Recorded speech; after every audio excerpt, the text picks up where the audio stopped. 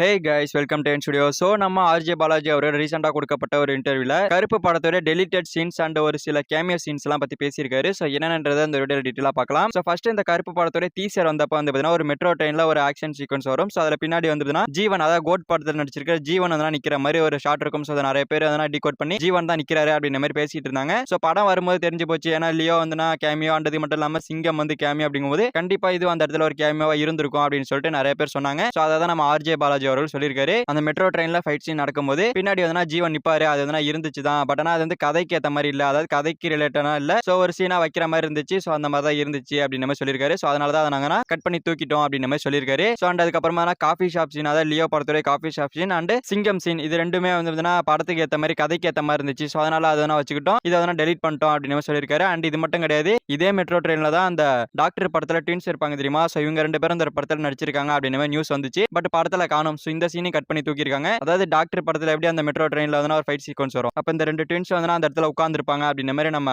RJ Balaji அவர்கள் வந்து சூப்பரா ஷேர் பண்ணியிருக்காரு. ஸோ வேற மாதிரி தான், அதாவது மெட்ரோ சீன் அப்படின்னா மெட்ரோல என்னென்ன ஃபைட் சீன் நடந்திருக்கு, பெரிய ஆக்டர்ஸோட படங்கள்ல என்னென்ன யார் யார் இருந்தா அப்படின்றதெல்லாம் உள்ள கனெக்ட் பண்ணியிருக்காரு நம்ம ஆர்ஜே பாலாஜி அவர்கள். என்ன ஒரு புத்திசாலித்தனம் அப்படின்ற மாதிரி தான் கேட்க தோணுது. ஸோ அந்த அளவுக்கு நான் பண்ணியிருக்காரு. பட் வச்சிருந்தா நல்லா இருந்திருக்கும். பட் ஆனால் கட் பண்ணியிருக்காங்க அப்படின்னா கதை வந்ததுன்னா ஸ்ட்ரைட்டா போகணும் அப்படின்றதுக்காக கட் பண்ணியிருக்காங்க. அதெல்லாம் இருந்துச்சு அப்படின்னா ஒரு சில இடங்களில் டிப் ஆயிருக்கலாம். ஸோ அதை யோசிச்சு எதனா கட் பண்ணியிருக்காங்க. ஸோ பாப்போம் டெலிட்டட் சீனா ரிலீஸ் பண்றாங்களா இல்ல அமேசான் பிரைம் வீடியோல ஃபுல்லா எக்ஸ்டெண்ட் பண்ணி ரிலீஸ் பண்றாங்களா அப்படின்னு சொல்லிட்டு பொறுத்து வந்து பார்ப்போம். கூடிய சீக்கிரமா ஒரு 1 மந்த் ஒரு 10 நாள் போயிடுச்சு அப்படின்னா ஓடிடில படத்தை இறக்கிடுவாங்க. ஸோ அதுக்கப்புறமா நமக்கு கிடைக்க ஆரம்பிச்சிடும். அண்ட் இது மட்டும் இல்லாமல் இந்த லியோ காஃபி ஷாப் சீன் வந்து கேமியா பண்ண வைக்கிறதுக்கு நம்ம லோகேஷ் கனகராஜ் அவர்கிட்ட வந்து கேட்டிருக்காராமா நம்ம ஆர்ஜே பாலாஜி அவர்கள். ஸோ அதுக்கு லோகேஷ் கனகராஜ் அவர் பண்றா சூப்பரா தான் இருக்கு, பட் ஆனால் நிறைய ஒர்க் இருக்கும், அதெல்லாம் பார்த்துக்கோ. அண்ட் இது மட்டும் இல்லாமல் பர்மிஷனும் கேட்டு வாங்கிக்கோ. ஸோ அதுக்கப்புறமா பண்ணு அப்படின்னு சொன்னாராமா. ஸோ அதுக்கப்புறமா நம்ம ஆர்ஜே பாலாஜி அவர்களும் பர்மிஷன் எல்லாம் கேட்டு நீட்டா அதெல்லாம் பண்ணிட்டாரு. ஸோ சூப்பரா வந்திருக்கு அப்படின்னு சொன்னாங்க. அண்ட் இது மட்டும் இல்லாமல் கார்த்தி அவர்களும் இந்த ஒரு சீனை பார்த்துட்டு ஓ இதுதான் லியோல இருந்து வந்திருக்கா, பரவாயில்லையே சூப்பரா இருக்கு, வித்தகாரயானி அப்படின்ற மாதிரி பாராட்டினாரு அப்படின்ற மாதிரி ஆர்ஜே பாலாஜி அவர்கள் இன்ட்ரெஸ்டிங்கா ஷேர் பண்ணிருக்காரு.